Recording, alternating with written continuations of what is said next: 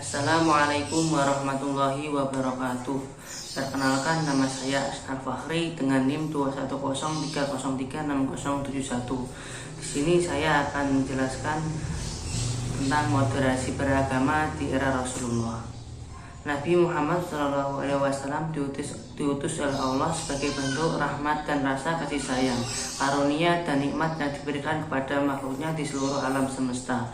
Rahmatan lil alamin merupakan bahwa kehadiran Rasulullah di tengah kehidupan masyarakat mewujudkan rasa kedamaian dan ketentraman bagi alam semesta dan manusia tanpa membedakan agama, suku, dan ras. Rasulullah menjadi rahmat bagi semesta, termasuk di dalamnya adalah hewan, tumbuhan, dan lingkungan. Hal ini sesuai dengan apa yang terkandung dalam Al-Quran Surah Al-Anbiya ayat 107, yaitu wa ma arsalnaka illa rahmatan lil alamin, yang artinya dan tiadalah kami mengutus kamu Muhammad melainkan untuk menjadi rahmat bagi semesta alam. Sejarah Islam sudah mengenal hak asasi manusia sejak zaman Nabi Muhammad SAW. Islam sudah lebih lama dalam mengenal apa yang disebut dengan HAM, yaitu dengan adanya Piagam Madinah pada tahun 622 Masehi. Para sejarawan dan aktivis HAM Islam menilai pidato terakhir Rasulullah saat Haji Wada sebagai dokumen tulis pertama yang berkaitan dengan HAM. Pidato Rasulullah yang disampaikan pada tahun 632 Masehi dan dikenal dengan Deklarasi Arafah itu merupakan dokumen tertulis pertama yang berisi nilai, wacana, dan konsensus HAM. Dunia internasional baru mengenal HAM ribuan tahun setelah adanya konsep HAM dalam dunia Islam yang sudah ada sejak abad ke-7. Secara universal, dunia internasional mengenal HAM baru terjadi pada tahun 1948. Sebaliknya, Islam telah mengenalnya terlebih dahulu, lebih kurang 1316 sebelumnya. Oleh karena itu, umat Islam tidak perlu merasa asing dan ketinggalan dengan HAM yang ada saat ini, sebab sejatinya Islam sudah mengenal HAM sejak ribuan tahun yang lalu. Sebelum momentum hijrah ke Madinah, nama sebelumnya Yathrib, telah banyak di antara penduduk kota ini memeluk Islam.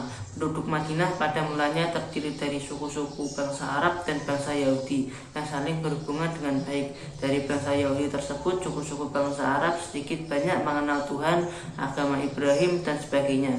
Dasar konsep keimanan pada kelanjutannya turut memudahkan mereka menerima ajaran Islam. Kedatangan Nabi Muhammad SAW bersama kaum muslimin Makkah disambut penduduk Madinah dengan gembira dan penuh rasa persaudaraan. Kaum muslimin mendapat lingkungan yang baik yang bebas dari ancaman kaum Quraisy Makkah. Akan tetapi lingkungan baru tersebut ternyata bukanlah lingkungan yang sepenuhnya kondusif dan tidak memiliki masalah. Secara umum, masalah dasar yang dihadapi pada momentum hijrah ke Madinah dan setelahnya adalah perbedaan latar sosial dan tantangan penghidupan muhajirin dan ansor, serta problem perbedaan identitas keberagamaan di dalamnya. Kaum Ansor memang dengan ikhlas menerima kaum muhajirin, namun penghidupan kaum muhajirin juga patut dikelola agar tidak menjadi beban kaum Ansor.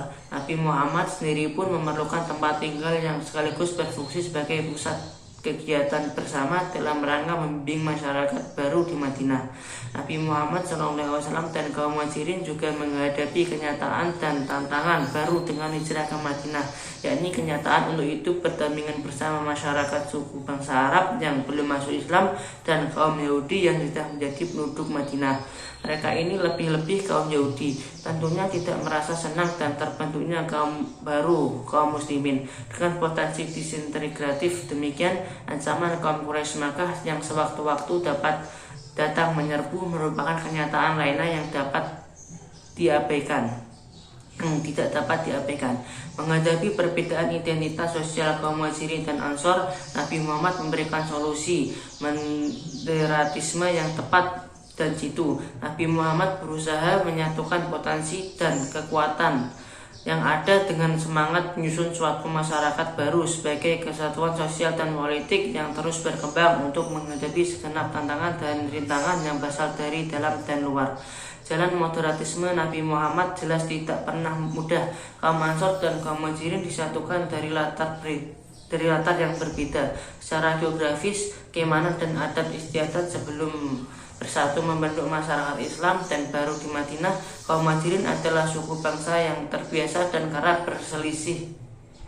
Hijrah ke Madinah, mereka berhadapan dengan masyarakat Madinah, berhadapan dengan masyarakat lainnya yang belum memeluk agama Islam, dan bangsa Yahudi yang merupakan masyarakat lebih awal menetap di sana.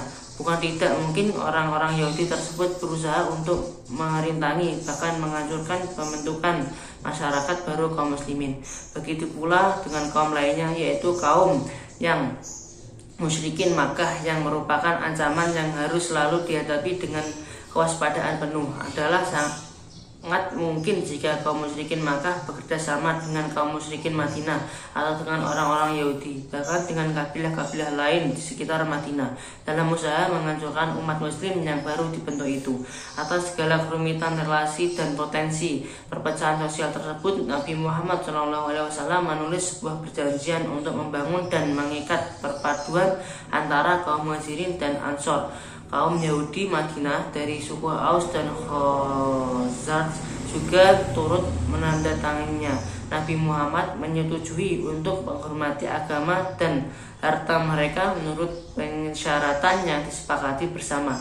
Selain itu, dokumen tersebut berisi kesepakatan untuk menghormati prinsip-prinsip nilai kebebasan, ketertiban, dan keadilan dalam kehidupan. Kelak perjanjian ini seterusnya lebih masyhur dikatakan sebagai Piagam Madinah.